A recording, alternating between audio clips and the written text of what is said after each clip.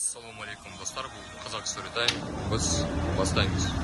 1949 жыл қаңтар. Сібір колыма аймағы. Солтүстік шығыс еңбекпен түзеу лагері. Бұл жерде аяз жай ғана табиғат құбылысы емес еді. Бұл тірі жанның бәрін тұншықтырып, өңешінен алып, жанын суырып алуға дайын тұрған көрінбейтін, алып жыртқыш болатын. Термометр бағанасы -55 градустан төмен түскенде ауаның өзі шытынап сынатындай дыбыс шығаратын. Түкірігің жерге түспей жатып мұзға айналатын тозақ. Жеті барактың іші даладан айтарлықтай жылы емес еді. Жұқа тақтайдан соғылған, саңылауларынан жел гулеген ұзын ғимараттың қабырғаларына қалың қырау қатқан. Бұл жерде 100-ден астам адам, халық жаулары, қылмыскерлер, бұрынғы интеллигенция өкілдері мен қарапайым шаруалар бір-біріне тығылып, аман қалу үшін жанталасып жатты. Олардың демінен шыққан бу төбеге көтеріліп, қайтадан қар ұшқыны болып жауып тұрды. Барактың ортасында жалғыз буржуйка пеші тұр. Бұл пеш осы жүздеген жанның жалғыз үміті, жалғыз құдайы еді. Бірақ бүгін түнде сол құдай да олардан теріс айналғандай болды. 485 тұтқынның ойлары. Асқар, лагердегі нөмірі 485, үстіңгі нардың бұрышында ескі бушлатына бүркеніп жатты. Оның денесі арық, сүйектері ырсиып тұрған, бетін үсік шалған.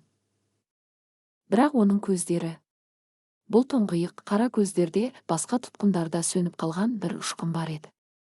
Бұл ақыл-ойдың үздіксіз жұмыс істеп тұрған сананың ұшқыны болатын. Соғысқа дейін Асқар Алматыдағы ірі институтта физика-техникалық зертхананы басқарған. Ол термодинамика саласының жас данышпаны, болашағы зор өнертапқыш еді. Оның басында күрделі формулалар мен сызбалар, энергияны басқарудың жаңа әдістері қайнап жататын. Бірақ 1938 жылдың қара дауылы оны да ұшырып әкетті. Жапон шпионы деген жаламен 25 жылға сотталып, ақыры осы Сібірдің түбінен бір-ақ шықты. Қазір оның ғылымы ешкімге керек емес сияқты еді. Мұндағы басты ғылым күрек ұстау және өлмеу. Бірақ Асқардың миы басқаша жұмыс істейтін. Ол айналасындағы болып жатқан сұмдықты жай ғана қабылдамай, оны физикалық процестер тұрғысынан талдайтын. Ол адамдардың қалай тоңатынын, жылудың қайда кетіп жатқанын, энергияның сақталу заңының бұл баракта қалай бұзылып тұрғанын бақылайтын. Дағдарыс түні. Түн ортасы ауғанда барак ішіндегі салыстырмалы тыныштық бұзылды. Пештің жанындағы кезекшінің үрейлі дауысы естілді. Отын. Отын бітті. Соңғы кеспелтектер дымқыл екен, жанбай жатыр. Бұл хабар барак ішіндегі ұйқы-тұйқы жатқан адамдарды дүр сілкіндірді. Пеш сөнсе бұл өлім. Таңға дейін көбісі үсіп өледі. Барактың қожайыны қылмыс әлемінің беделді өкілі Блатной Қасқыр лақап атты дәу неме кеудесін кере орнынан тұрды. Оның қасындағы нөкерлері де қозғалды. Не деп оттадың, ит? Қасқыр кезекшіге жетіп барып, оны жағасынан алды. Қалайша бітті?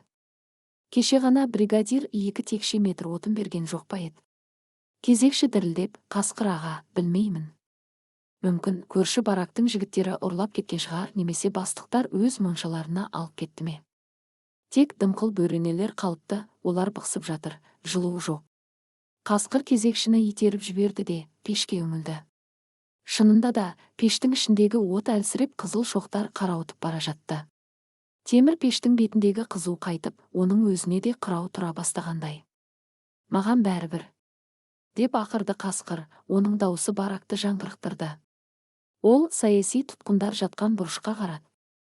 Әй, интеллигенттер! Канторлар! Егер қазір пеш жанбаса, мен сендерді жағамын.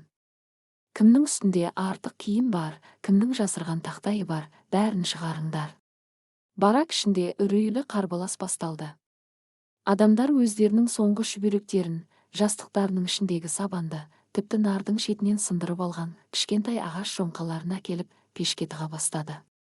Бірақ бұл теңізге тамған тамшыдай ғана еді. Дымқыл отын бықсып, ашы түтін барак ішіне тарады, бірақ жылу бермеді. Температура минут санап төмендеп бара жатты. Бұрышта жатқан әлсіз қарттардың ыңырсыған дауыстары жиіледі. Өлімнің суық тынысы әркімнің желкесінен сезілді.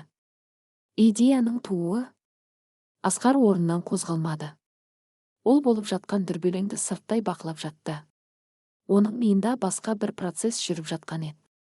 Ол пешке қарады. Бұл қарапайым, тиімсіз жасалған темір жәшік. Оның пайдалы әсер коэффициенті пәк небәрі 15-20% ғана шығар.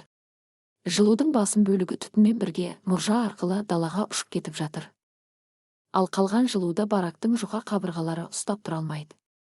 Отын табу мәселені шешпейді деп сыбырлады Асқар өз-өзіне. Біз даланы жылытып жатырмыз. Оның қасында жатқан бұрынғы университет профессоры, кәрі Ермек ақсақал оның сөзін естіп қалды. Не дейсің, балам? Асқар, сенің қызуың көтеріліп кеткен жоқ па? Асқар кенеттен нарынан секіріп түсті. Оның әрекеті соншалықты шапшаң болғаны айналасындағылар таңғалып қалды. Ол пештің жанына барды.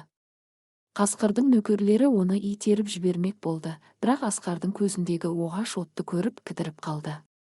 Асқар пешті айналып шықты.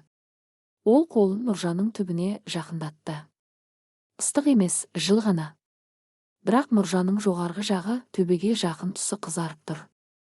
Конвекция дұрыс емес. Тартым күші, тяга, тым қатты, жылуды суырып әкетіп жатыр. Ал жану камерасында оттегі жетіспейді, сондықтан дымқыл отын толық жанбай, бықсып жатыр, деді ол дауыстап. Қасқыр оған жақындады. Оның қолында темір көсеу бар еді. Сен не деп тұрсың, ғалымсымақ? Жының шықты ма? Қазір сені де осы пешке тығамын. Асқар қасқырға тіке қарады. Оның көзінде қорқыныш жоқ еді. Бұл өз ісінің маманының, нағыз инженердің сенімділігі болатын. Қасқыр, сен мені өлтіре аласың. Бірақ онда бәрің таңға дейін қатып өлесіңдер. Мен бұл пешті қалай жағу керектігін білемін. Тіпті дымқыл отынмен де, тіпті қоқыспен де. Қасқыр кідірді. Ол ақымақ емес еді. Ол мына арық саясидің сөзінде жай ғана бос сөз емес, бір салмақ бар екенін сезді. Қалай? Егер өтірік айтсаң, теріңді тірідей сыпырамын. Асқар терең дем алды. Маған көмекшілер керек. Және маған кейбір заттар керек. Оларды өндірістік аймақтан, шеберханадан табуға болады. Ол жаққа түнде бару ату жазасы ғой, деді біреу топ ішінен. Иә, деді Асқар, бірақ мұнда қалуда өлім. Данышпанның жоспары. Қасқыр сәл ойланды да қолын сілтеді. Жарайды, кім саған керек? Ермек ақсақал, ол есептеуге көмектеседі. Және Болат. Асқар бұрышта отырған бұрынғы ұста алып денелі Болатты нұсқады. Оның қолының күші және темірмен жұмыс істей алатын ептілігі керек. Үшеуі пештің жанына жиналды. Асқар жерге түскен күлді саусағымен сызып сызба жасай бастады. Тыңдаңыздар, біздің мәселе отынның жоқтығы емес, пештің тиімсіздігі. Біз қазір отынды жағып жатқан жоқпыз, біз оны бықсытып түтінге айналдырып жатырмыз. Ал сол түтіннің өзі жанбаған энергия. Пиролиз газдары. Ермек ақсақал түсінгендей басын изеді. Сен екінші реттік жануды ұйымдастырғың келе ме? Дәл солай. Асқардың көздері жанып кетті. Біз пештің құрылымын өзгертуіміз керек. Бізге турбо-агрегат сияқты бірдеңе жасау керек. Қарапайым тілмен айтқанда, біз пештің ішіне қосымша ауа, оттегі, үрлейтін жүйе жасап, түтіннің мұржаға кірер алдында қайтадан жанып кетуін қамтамасыз етуіміз керек. Сонымен қатар, мұржаның өзінде жылу беретін батареяға айналдыруымыз қажет. Болат сызбаға қарап, басын қасыды. Асқар, идеяң жақсы. Бірақ мұны немен жасаймыз? Бізде құрал да, материал да жоқ қой. Асқар жымиды. Бұл оның лагерге келгелі бері бірінші рет шын жүректен жымию шығар. Бар, мен көрдім. Шеберхананың артындағы қоқыста жарамсыз болып қалған ескі желдеткіштің вентилятор бөліктері, майысқан құбырлар және бос консерві банкалар жатыр. Бізге сол қоқыс жетеді. Бастысы физика заңдарын дұрыс қолдану. Тәуекел түні. Жоспар құрылды. Бұл нағыз авантюра еді. Лагер күзетшілерінің көзіне түспей, өндірістік аймаққа өту, керек заттарды қоқыстан жинап, қайтадан бараққа алып келу керек. Қасқыр өзінің ең епті екі ұрысын оларға қосып берді. Егер ұсталсаңдар, менің атымды атамаңдар. Егер заттарды әкелсеңдер, мен сендерге бір апта тиіспеймін, деді ол. Асқар, Болат және екі ұры түн жамылып барактан сытылып шықты. Сырттағы аяз бетті қарып барады. Прожекторлардың жарығы анда-санда аумақты тінтіп өтеді. Қардың сықыры әр қадам сайын жүректі ұшырады. Олар өндірістік аймақтың қоршауына жетті. Тікенек сымның бір жері сәл босап тұр екен. Ұрылардың бірі ептілікпен өтіп кетті. Болат пен Асқар оның соңынан ерді. Олар қоқыс үйіндісіне жетті. Асқардың көзі қараңғыда мысықтың көзіндей жұмыс істеді. Ол қар астынан керек заттарды тез тауып алды. Басқан жуан құбырдың кесінділігі және бір құшақ бос американдық тушенка банкалары. Бұл неге керек? Деп сұрады ұрылардың бірі банкаларды нұсқап. Бұл біздің болашақ реактивті қозғалтқышымыздың бөлшектері, деді Асқар қысқа қайырып. Олар заттарды бушлаттарының ішіне тығып кері қайтты. Ең қауіпті сәт ашық алаңқайдан өту еді. Кенет прожектордың сәулесі тура олардың үстіне түсті. Тоқта! Кім бұл? Атамын! Деген күзетшінің айқайы естілді. Асқар демін ішіне тартты. Қолдарындағы мұздай темірлер денесін қарып барады. Бірақ оның ойында тек бір ғана нәрсе тұрды.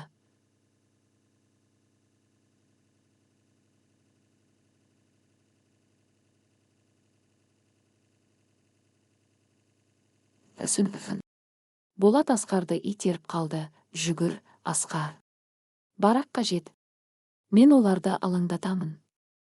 Болат қолындағы ауыр құбырмен қарсы бағытқа қарай жүгірді. Прожектор соның соңынан ілесті. Оқ даусы естілді. Асқар артына қарамастан бараққа қарай ұмтылды. Оның қойнында жүздеген адамның өмірін сақтап қалуы мүмкін темір терсектер. Ол енді жай ғана тұтқын емес еді. Ол аязбен және өліммен жекпе-жекке шыққан инженер болатын. Және оның қолында ғылым деген құдіретті қару бар еді, қанды құрбандық. Асқар барактың есігінен құлап түсті. Ентігіп өкпесі жарылардай болып жатыр. Қойнындағы мұздай темірлер денесін қарып күйдіріп барады. Қасқырдың жігіттері оны бірден сүйріп пештің жанына келді. Болат қайда? Деп сұрады Ермек ақсақал дірілдеген дауыспен. Асқар басын көтерді, көзінде жас емес, ыза бар еді. Ол оларды өзіне қаратты. Бізді құтқарып қалды. Сыртта оқ атылғаны басылды. Біраз уақыттан соң барактың есігі күрс етіп ашылды. Екі конвой күзетшісі қан-жоса болған Болатты ішке лақтырды. Міне, қашқындарың, деп ақырды офицер. Бұл ит қоқыстан тамақ іздеп жүр екен. Екінші рет қайталанса, ешкімді аямаймыз. Болат еденде қырылдап жатты. Оның бет аузы ісіп кеткен, бірақ тірі. Күзетшілер оның үстін тінтігенде ештеңе таппаған соң, өйткені барлық темір Асқарда болатын, жай ғана сабап, қайтадан бараққа тастаған еді. Асқар Болатқа ұмтылды, бірақ Болат оған көзін қысып, әлсіз ғана жымиды. Іске кіріс, ғалым. Менің таяқ жегенім бекер кетпесін. Инженерлік цех. Асқар орнынан тұрды. Енді шегінер жол жоқ. Ол қасқырға қарады. Маған ең епті деген 3 адам бер.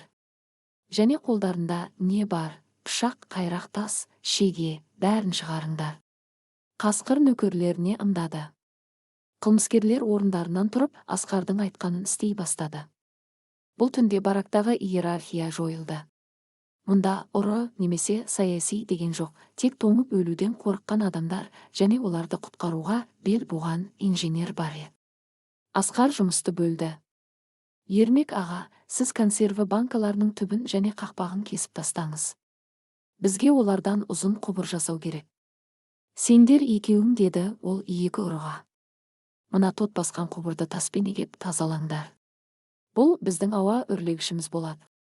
Асқардың өзі ең қиын бөлікке пештің есігі мен ішкі құрылымын өзгертуге кірісті. Оның қолында құрал сайман жоққа тән еді. Ол қасықты қайрап, оны қашау, стамеска ретінде қолданды. Темірді майыстыру үшін нардың ағаштарын пайдаланды. Физика заңдары іс жүзінде. Жұмыс қызу жүріп жатты. Асқар әрбір қимылын түсіндіріп отырды. Бұл оған ойын жинақтауға көмектесетін. Қараңдар, отын жанғанда бөлінетін газдың 60% жанбай, түтін болып ұшып кетеді. Біз қазір пештің жоғарғы жағына, тура жалынның ұшына оттегі беретін түтік орнатамыз. Бұл құбыр пештің ішінде қызады. Сөйтіп сырттан кірген суық ауа қызып барып жалынға тиеді. Нәтижесінде түтін қайтадан тұтанады. Бұл пиролиздік жану деп аталады. Қылмыскерлер ештеңе түсінбесе де, Асқардың сенімділігіне иланды. Екінші кезең – консерві банкалары.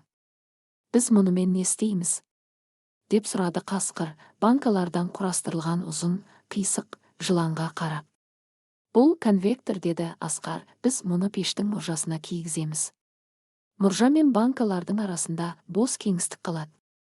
Ыстық мұржа ауаны қыздырады, ал банкалар ол ауаны жоғары қарай тартып барактың ішіне үрлейді. Бұл табиғи желдеткіш. Пештің жылуы бір жерде тұрмай, бүкіл бараққа тарайды. Күмән мен үміт. Таңға жақын жұмыс аяқталды. Пештің түрі енді мүлдем басқаша еді. Ол бір қарағанда құбыжыққа ұқсайтын, жан-жағынан темір терсек жапсырылған, мұржасы 2 қабатталған, есігінде бір түрлі тесіктер бар.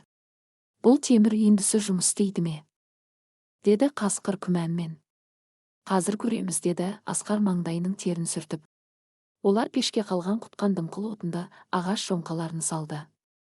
Асқар сіріңке жақты. Алғашында от тұтанғысы келмеді.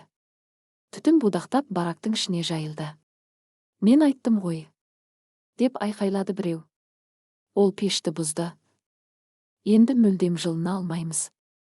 Қасқырдың көзі қанталап кетті. Ол Асқарға қарай ұмтылды. Тоқта, деп айқайлады Асқар, күт. Жүйе қызуы керек. 1 минут өтті. 2 минут. Кенет пештің ішінен бұрын естілмеген дыбыс шықты. Гүл. Бұл дыбыс реактивті ұшақтың даусына ұқсайтын. Пештің ішіндегі ауа ағыны күшейіп, жалын екінші тынысын ашты. Асқар жасаған ауа құбыры қызып, ол пештің жоғарғы жағына ыстық ауа үрлей бастады. Сол сәтте пештің ішінде жиналған қара түтін лап етіп жанып кетті.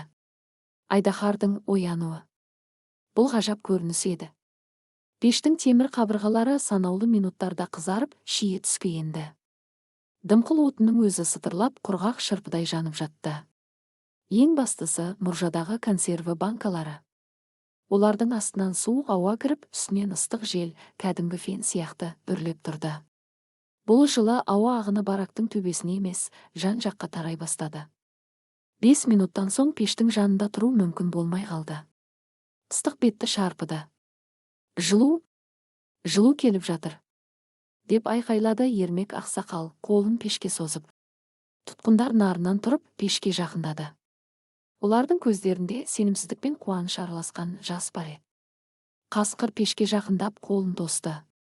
Анас, деді ол таңғалып. Мынау пеш емес, мынау айдаһар ғой.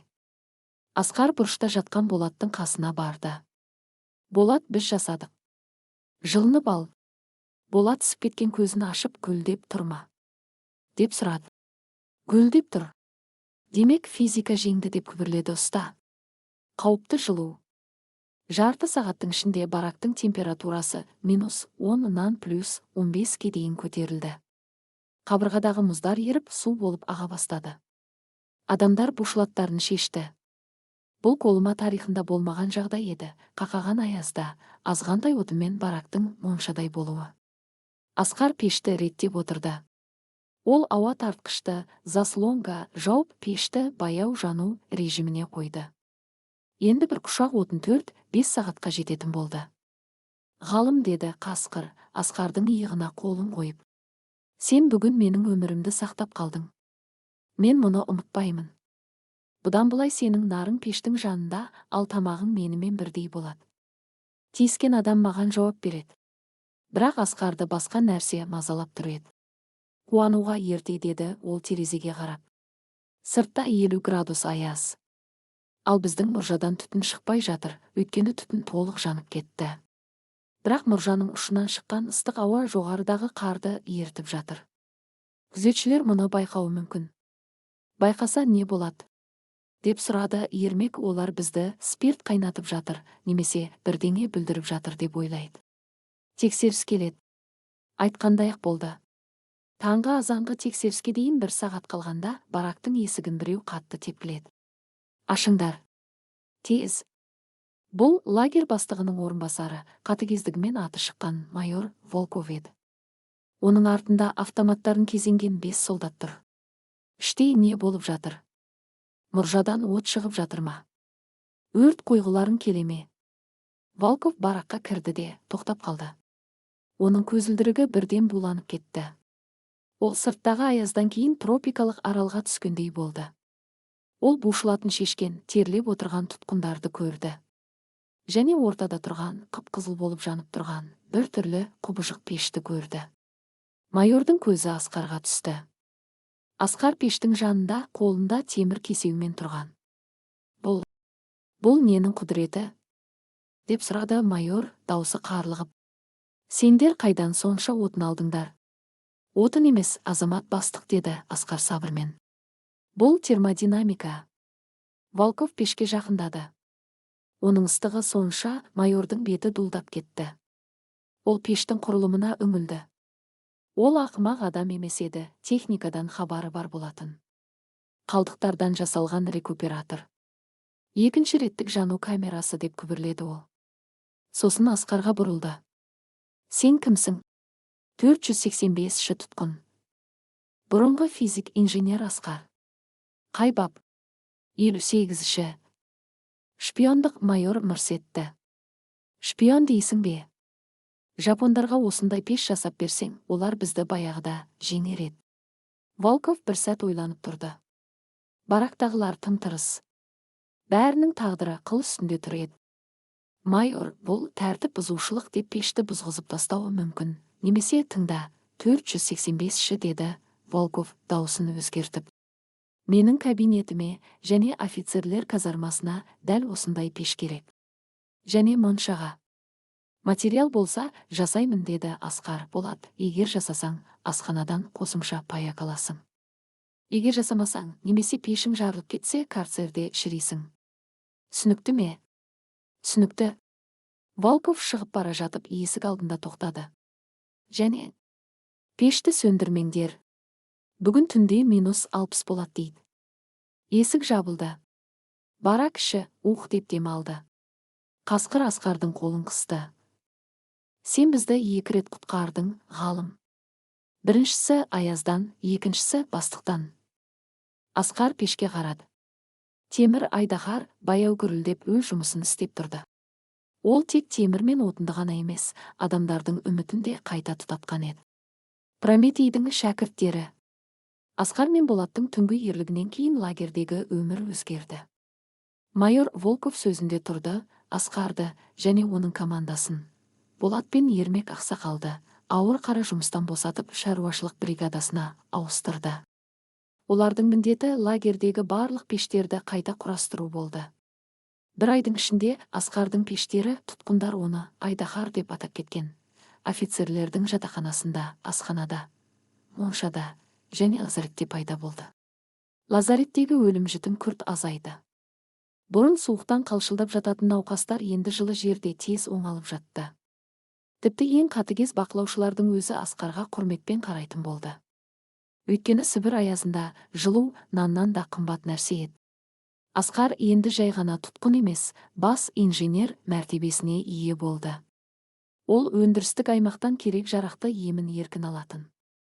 Болат оған керемет көмекші болды. Асқар сызбасын сызып үлгермей жатып, Болат темірді иіп, дәнекерлеп дайындап қоятын. Бірақ Асқар түсінетін, бұл уақытша жеңілдік.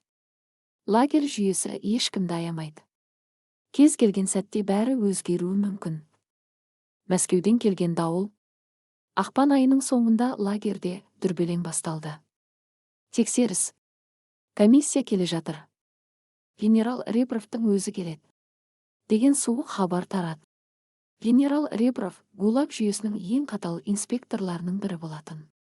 Ол тәртіпсіздікті және мемлекет мүлкін талан-таражға салуды кешірмейтін. Майор Волковтың түрі бозарып кетті. Ол Асқарды шақыртты. Тыңда, инженер, деді ол темекісін бірінен соң бірін тұтатып. Егер генерал сенің пештеріңді көріп, бұл немене, мемлекеттік стандартты бұзу ма десе, мен сені білмеймін. Сен өз бетіңше жасадың. Түсіндің бе? Түсіндім, азамат бастық, деді Асқар, бірақ егер генерал тоңып қалса, одан да жаман болады ғой. Аузыңды жап. Бар, пештерді тексер. Түтін шықпасын, жарылып кетпесін. Комиссия келген күні боран соғып тұрды. Генерал және оның нөкерлері лагерге кіргенде, оларды сұрқай, ызғарлы көрініс емес, мұржаларынан әлсіз ғана түтін шығып тұрған, толық жанудың белгісі, жылы ғимараттар қарсы алды. Генералдың таңданысы. Генерал Ребров алдымен офицерлер штабына кірді. Ол сырт киімін шешпей тұрып, бөлменің жылылығына таңғалды. Волков, сендерде көмір бар ма? Деп сұрады ол қабырғадағы термометрге қарап. Плюс 22 градус. Қолым адама. Жоқ, жолдас генерал, деді Волков дірілдеп. Біз жергілікті отында қалдық ағаштарды пайдаланамыз. Генерал бұрышта тұрған, сырты ұқыпты боялған, бірақ пішіні ерекше пешке жақындады. Ол қолын тосты. Пештен шығып жатқан ыстық ауа оның бетін шарпыды. Қызық, деді генерал. Мұржасы суық, ал пештің өзі ыстық. Жылу далаға кетпей, іште қалып тұр. Мұны кім жасады? Қай зауыт? Волков терлеп кетті. Өтірік айту қауіпті еді. Бұл қолдан жасалған, жолдас генерал. Бізде бір шебер тұтқын бар. Сол жасады. Тұтқын. Генералдың қасы көтерілді. Қане, шақыршы сол Кулибинді. Тағдыршешті кездесу. Асқарды штабқа алып келді. Ол таза киінген, сақалы алынған еді, Волков бұйыртқан. Генерал Асқарға ұзақ қарады. Аты жөнің? Тұтқын 485. Асқар Сүлейменов, физика-математика ғылымдарының кандидаты. Не үшін отырсың? 58 бап. Жапон тыңшысы деген айыппен. Генерал мырс етті. Тыңшы. Әрине, мына пештің сызбасын кім берді? Жапондар ма? Жоқ, термодинамика заңдары берді. Бұл пиролиздік жану принципіне негізделген рекуператорлы пеш, деп Асқар қысқаша түсіндіріп берді. Ол формулаларды, газ ағынның жылдамдығын, жылу алмасу коэффициентін айтқанда, генералдың көзқарасы өзгерді. Ребровтың өзі де кезінде инженерлік білім алған адам еді. Ол қарсысында жай ғана шебер емес, нағыз дарынды ғалым тұрғанын түсінді. КСРО-ға қазір, соғыстан кейінгі қалпына келтіру кезеңінде, әсіресе ядролық және зымырандық бәсекелестік басталғанда, мұндай милар ауадай қажет еді. Оларды қолымада шіріту қылмыс. Волков, деді генерал кенет. Мен? Мына адамды ертеңгі этаптан алып таста. Оған арнайы паёк жаз. Мен Мәскеуге хабарласамын. Оның ісін қайта қарау керек. Ол мұнда отын жару үшін емес, мемлекетке үлкен пайда келу үшін жаратылған. Қоштасу. Бір аптадан соң лагерге арнайы бұйрық келді.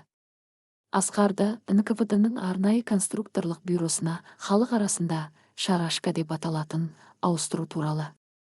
Бұл бостандық емес еді, бірақ бұл өмір еді. Ол жерде ғалымдар, зымырандар, ұшақтар жасап, ғылыммен айналысатын. Тамағы тоқ, төсегі жылы. Асқар кетерінде 7 бараққа соқты. Тұтқындар оны үнсіз шығарып салды. Барақтың ортасында Асқар жасаған айдаһар пеші гүрілдеп жылу шашып тұрды. Қасқыр орнынан тұрып Асқардың қолын қысты. Жолың болсын, ғалым. Сен бізді жылыттың. Егер сен болмағанда, жартымыз қазір сүйек болып жатар еді. Болат Асқарды құшақтады. Асқар, деді ол көзіне жас алып. Сенің арқаңда мен өзімді қайтадан адам сезіндім. Темірді қайтадан қолға алдым. Аман бол. Үлкен істер жаса. Асқар оларға қарап, бұл пешті сөндірмеңдер. Ол біздің жеңісіміз. Адамның ақылы тоңбайды, деді. Эпилог. Асқар шарашкаға түскен соң, кеңестік ғарыш бағдарламасының жабық жобаларында жұмыс істеді. Ол кейіннен жылу энергетикасы саласында көптеген жаңалықтар ашып, аты жабық құжаттарда ғана қалған көлеңкедегі ғылымдардың Ол 1956 жылы толық ақталып Алматыға оралды. Ал Колымадағы 7 барактағы пеш. Ол пеш аңызға айналды. Тұтқындар ауысып жатты, бірақ қазақ инженерінің пеші ұзақ жылдар бойы сөнбеді. Жаңадан келгендерге ескі тұтқындар бұл пешті бір данышпан жасаған. Ол аязды ғана емес, ажалды да жеңген деп айтып отыратын. Асқардың сол бір қақаған аязда қоқыстан жинаған темірден жасаған пеші адам рухының сынбайтынының, білім мен ғылымның ең қараңғы түнектің өзінде жарық және жылу бере алатынның мәңгілік ескерткіші болып қалды. Соңы